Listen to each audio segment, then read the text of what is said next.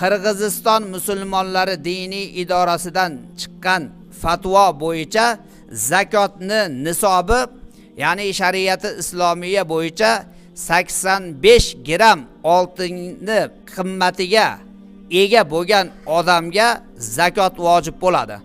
Qirg'izistonda 85 gram oltinni bahosi 722.500 so'mni tashkil qilar ekan.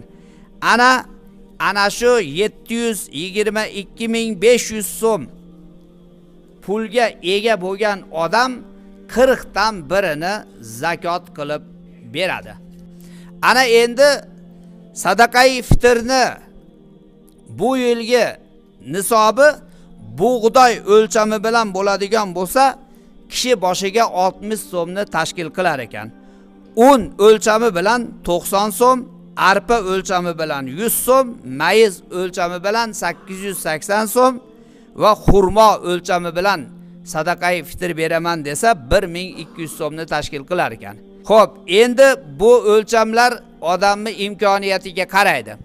Mana masalan bir odam qari keksa, bir pensioner odam faqat pensiyasiga qarab qolgan, ya'ni pensiyasi oz, 8000, 9000, 10000 pensiya oladi.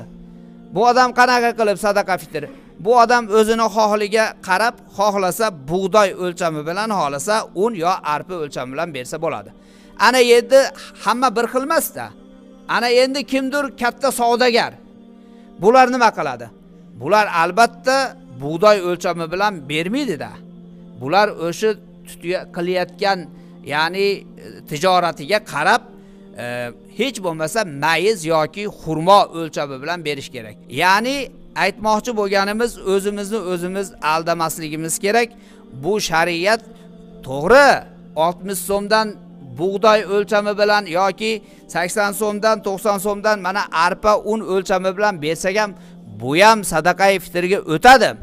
Lekin savobi ulug'roq bo'lishligi uchun va Alloh taoloning berib turgan rizqiga shukrona bo'lishligi uchun imkon qadar o'sha ko'prog'ini, agar qo'lingizda pul ko'p bo'ladigan bo'lsa, ya'ni ko'proq tarafini olib, ya'ni miskinlarga sadaqat bergan yaxshi.